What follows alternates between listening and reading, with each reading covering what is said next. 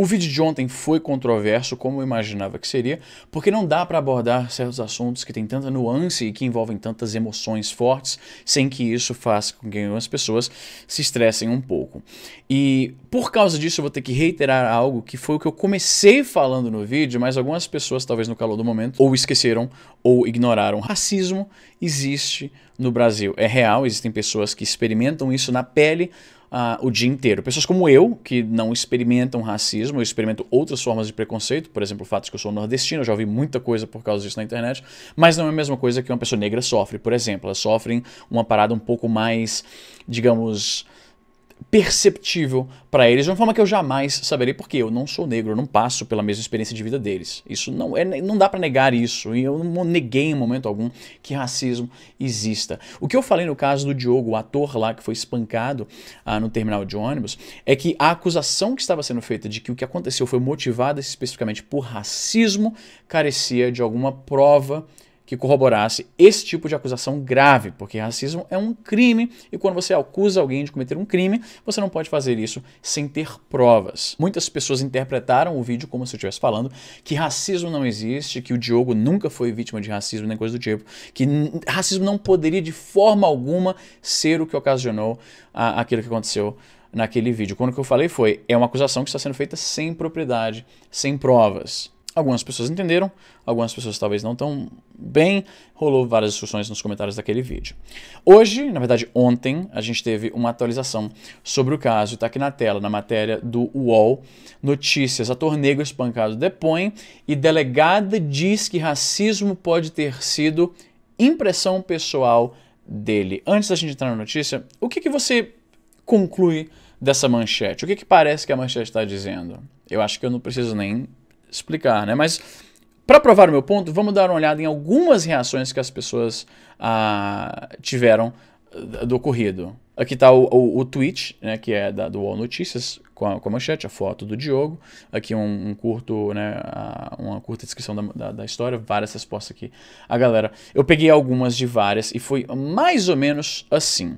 Sobre Diogo Sintra, a delegada disse que racismo foi impressão dele. Ora, e não foi, ele foi entregue aos agressores e cães por ser um negro correndo no meio da noite. Como não foi racismo, Black Lives Matter. A Tate Farias até que ela foi um pouco mais moderada, porque algumas pessoas ficaram ainda muito mais revoltadas, como a Isabela Cardoso, que falou, minha impressão pessoal é que essa delegada é uma jumenta, com todo respeito aos jumentos. O Carlos...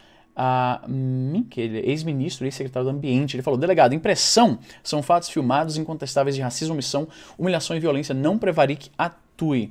Se você procurar aqui, ó, vou aqui agora, bota ator, delegada e racismo.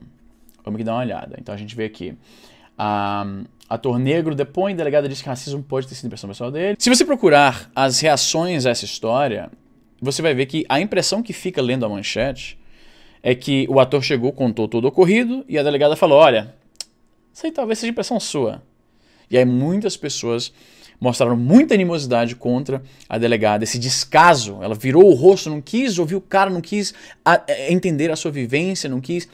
Simplesmente cagou pro cara. Uma delegada racista, presumivelmente, está cobertando outros racistas.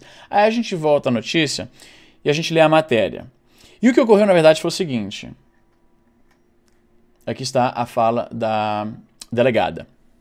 Ele foi indagado, sim, em algum momento, foi proferida alguma palavra, se foi exteriorizado esse racismo, mas ele disse que escreveu isso no post, no Facebook, como impressão pessoal dele. A delegada estava citando o Diogo. A delegada perguntou, olha, racismo é um crime. Estamos querendo ouvir, a gente quer ouvir de você o que aconteceu. Ele explicou o que ocorrido, foi agredido, né, os seguranças não o ajudaram de forma alguma, não serviram ao cliente, né, não chamaram a polícia, não o protegeram da agressão da turba. Então, realmente, houve cagadas em toda essa situação. O Diogo foi uma vítima de uma situação. E a delegada pergunta, como racismo é um crime, a gente precisa de mais detalhes para que a gente possa encaminhar isso. E ela pergunta se foi proferida uma palavra ou se foi exteriorizado esse racismo. E ele falou que não, foi uma impressão minha, a delegada foi e o citou. A matéria deixa bastante implícito que essa fala veio da delegada. E não que ele estava citando o que o próprio ator, a própria vítima, teria dito. Agora, Primeiro que isso é desonesto pra caralho, porque existe um motivo muito específico de porque eles dizem, a delegada disse que racismo pode ter sido impressão pessoal dele, e não o ator admite que o racismo pode ter sido impressão pessoal dele. Algumas pessoas se ofenderam pelo fato de que a forma como a delegada perguntou faz parecer que racismo só existe se for muito flagrante, se for muito explícito, se a pessoa falou algumas palavras-chave específicas, então aí você vai lá na cartelinha do Bing, aí você pode dizer com certeza que foi racismo. É claro que não.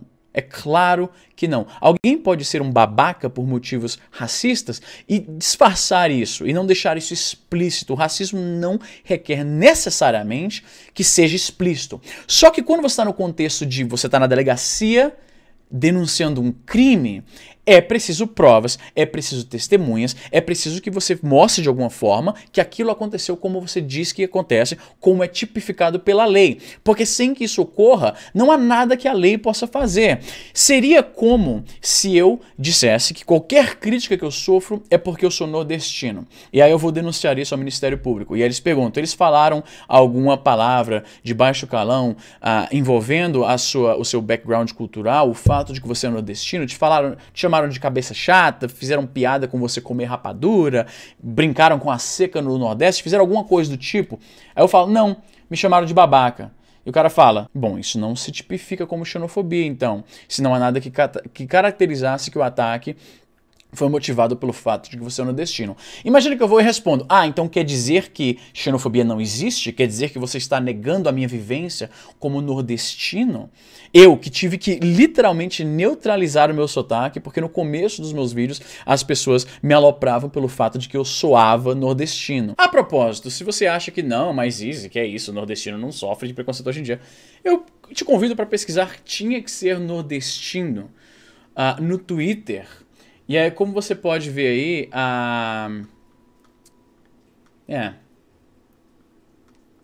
complicado. É complicado. Tá vendo? Tem gente assim, mano. Tem gente assim. Tá vendo? Ó, tem gente que nesse cara aqui, ó. Tem gente que nesse maluco aí. Tem gente que nesse cara aqui, ó. Tinha que ser nordestino, bando de macacos. Tá vendo aí, ó?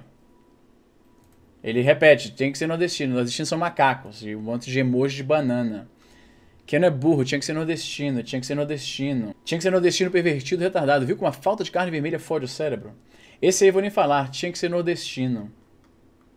Tinha que ser nordestino, né? Vai um copo de água aí. É por isso que algumas pessoas rejeitam essa narrativa da história. Racismo existe? Sim. Diogo certamente já foi vítima de racismo em muitos momentos da sua vida, com certeza, como eu imagino que qualquer negro no Brasil já tenha passado por isso.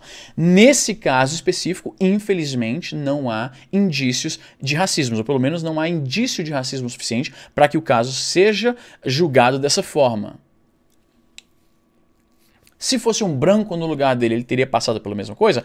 Talvez sim, talvez não. Jamais saberemos. A gente sabe, no entanto, que sim, pessoas brancas já foram linchadas porque uma turba ensandecida pegou a pessoa e decidiu que ele era culpado de algo que ele sequer cometeu. Na tela, eu vou aumentar aqui a história do linchamento de Fabiane Maria de Jesus, uma moça do Guarujá que foi linchada em 2014 porque acharam que ela era uma bruxa, que ela estaria sequestrando crianças para fazer rituais satânicos ou coisas do tipo. É absolutamente lamentável. A moça deixou, acho que 2 filhos, inclusive, órfãos. Como você pode ver na foto aqui da moça, ela é branca. Então, se uma galera reuniu e está dizendo que você cometeu alguma coisa de errado, no Brasil, infelizmente, como a gente tem essa mentalidade barbárica de bandido bom é bandido morto, e foda-se o processo legal, vamos simplesmente pegar e matar, e bater e espancar, por mais que a pessoa tenha feito algo relativamente trivial, ou que nem se possa provar que ela realmente fez isso, como foi o caso da Fabiane. Infelizmente, isso acontece com qualquer pessoa no Brasil. É pior se a pessoa é negra? Vamos supor que sim, eu vou conceder esse ponto. Se a pessoa é negra, porque já existe aquela questão do racismo, além dessa merda, além da merda de ser acusado por algo e as pessoas não querem nem saber, vão lá e espancam, ainda tem a questão de que algumas dessas pessoas podem estar sendo influenciadas pelo racismo que elas sentem. Sem dúvida. Eu não estou negando isso. O que eu estou falando é o seguinte, no caso do Diogo, especificamente, no caso que ele descreveu, não há nada que as autoridades possam usar para prosseguir o caso dizendo foi racismo, tipifica-se como racismo. O que realmente pode-se dizer com garantia é que houve algum tipo de desentendimento entre o Diogo e o grupo de pessoas. Esse grupo, por ser uma maioria, a gente tem a tendência de dar a razão à maioria. É assim que funciona, para melhor ou para pior. É assim que a gente elege os nossos políticos, afinal de contas. Então, se tem 6 pessoas segurando um cara e há 6 pessoas dizendo que esse cara fez alguma coisa, a multidão vai acreditar na maioria. Então foi isso que aconteceu com os seguranças do terminal. Agora, eles erraram de forma fundamental, porque o papel deles como agente de segurança é proteger o cara das pessoas, acionar a polícia urgentemente, impedir que esses caras simplesmente levem o cara para outro lugar e aguardar que a polícia chegue e com um aparelhamento melhor possa então determinar a culpa. Uma das coisas que falaram é que por que não ligaram o celular para ver de quem era então o celular, para poder garantir que o celular era do Diogo, né? Ficou parecendo que os seguranças nem quiseram ligar o celular, nem quiseram ouvir o cara, e aí mostra-se mais uma vez que as pessoas não leram a matéria, porque as matérias diziam que ele tentou ligar o celular, mas o celular estava descarregado e por isso foi impossível determinar de quem era realmente a posse do aparelho. O que acontece é o seguinte: você pode se basear nas suas emoções, na sua vivência, na sua experiência de vida, nas suas impressões, na sua narrativa pessoal, na narrativa que você prefere, na narrativa que você acha que melhor descreve o mundo, ou você pode se basear em fatos. Os fatos que temos, as coisas que não se podem negar é: Diogo foi perseguido por um grupo de pessoas. Diogo afirmou que essas pessoas tentaram roubar. Essas pessoas afirmaram que Diogo tentou roubar. Os seguranças acreditaram na maioria, a maioria levou o Diogo para fora e aí o espancaram. Quem está cometendo o crime aqui, de acordo com o que foi descrito, não foi o Diogo, foi o grupo de pessoas. Porque a gente não sabe se Diogo roubou algo de alguém, a gente não sabe se esse grupo roubou algo de alguém, mas a gente sabe com certeza que esse grupo espancou uma pessoa e isso a gente sabe, inegavelmente, que é crime. Eu espero que peguem essas pessoas, eu espero que elas paguem pelo que elas fizeram. Eu já falei muitas vezes no meu canal que eu sou fundamentalmente contra essa cultura de pega, espanque, mata, bandido bom é bandido morto. Eu sou contra isso e é justamente isso que permite uma situação como essa. Uma pessoa está sendo acusada de várias pessoas e as pessoas que estão em uma posição de autoridade, seguranças do terminal, lavam as mãos, porque no seu íntimo provavelmente pensaram: roubou mesmo, bandido bom é bandido morto, que se foda. Existe alguma porcentagem de racismo nessa decisão deles? Talvez exista. Na verdade, nunca saberemos. O que a gente sabe é que um deles é negro, o que torna isso um pouco menos provável. É possível, mas um pouco menos provável e definitivamente não é embasado nos fatos que a gente conhece sobre o acontecido. Então, para finalizar essa história, primeiro que o UOL, eu me pergunto por que o UOL escreveu a manchete daquela forma, parece um pouco tendenciosa, não posso provar que fizeram isso com maldade ou com vontade de realmente dar prosseguimento a uma certa narrativa, mas eu acho que como jornalista eles têm a obrigação de ser um pouco mais específicos e um pouco mais precisos na linguagem deles. Sobre o caso do Diogo, é uma infelicidade, como eu falei, eu espero que peguem essas pessoas e os punam, porque no mínimo eles espancaram alguém, então a gente sabe isso sem nenhuma sombra de dúvidas. Eles cometeram um crime. Vamos, como eu sempre falei aqui no meu canal, ler as matérias com atenção, focar no que é fato e tentar deixar um pouco de lado suas impressões pessoais. E eu vou dizer um negócio, algumas pessoas falaram no começo da história o seguinte: olha, isso aí tá com cara de treta de droga que foi mal resolvida, porque a história tá um pouco mal contada, o cara tá numa área da cidade que aparentemente não é das melhores, estava 5 da manhã, então a história tá um pouco, não tá super bem contada e tal, então algumas pessoas estavam dizendo o seguinte: olha, isso aí tá com cara de que foi treta de drogas, isso realmente acontece, pessoas se desentendem por causa de algum tipo de comércio ilícito, e aí a história, quando é contada para as autoridades, sempre fica aparentemente faltando alguns detalhes, algumas acusações são aumentadas sem que se haja prova disso para que possa se acusar um grupo de algo que, enfim. Só que eu não falei isso no meu vídeo. Por quê? Porque a gente não tem prova nenhuma de que o cara é envolvido com narcotráfico, de que ele estava comprando maconha e aí os caras se desentenderam, o cara não quis pagar. Enfim, não existe prova disso. É uma impressão. É simplesmente uma impressão. E vamos tentar nos basear um pouco menos nas nossas impressões e, pelo menos, se a sua impressão tinge o seu filtro como você observa o mundo e as suas conclusões que você tira, vamos pelo menos admitir que isso são impressões nossas baseadas na nossa vivência, no que a gente percebeu, nas coisas pelas quais a gente passou, e admitir que isso não é fato e, portanto, não é garantia absoluta de que é a forma como as coisas aconteceram. Se a gente puder pelo menos admitir os nossos vieses pessoais, e sim, é claro que eu também tenho vieses pessoais, é claro que talvez eu não considere a questão de racismo como você, que é negro, que é pardo, porque eu sou branco, então eu não sofro preconceito na mesma proporção que você sofre. Eu sou uma minoria no país onde eu moro, eu sou imigrante, eu já ouvi pessoas me chamando de fucking foreigner, que significa basicamente seu imigrante maldito, entendeu? Eu já ouvi pessoas falando para mim, volte pro seu país, mas eu não vou, por causa disso, supor que qualquer coisa que aconteça de negativa comigo é porque eu sou imigrante, é porque eu sou nordestino, é porque meu sotaque é diferente, entendeu?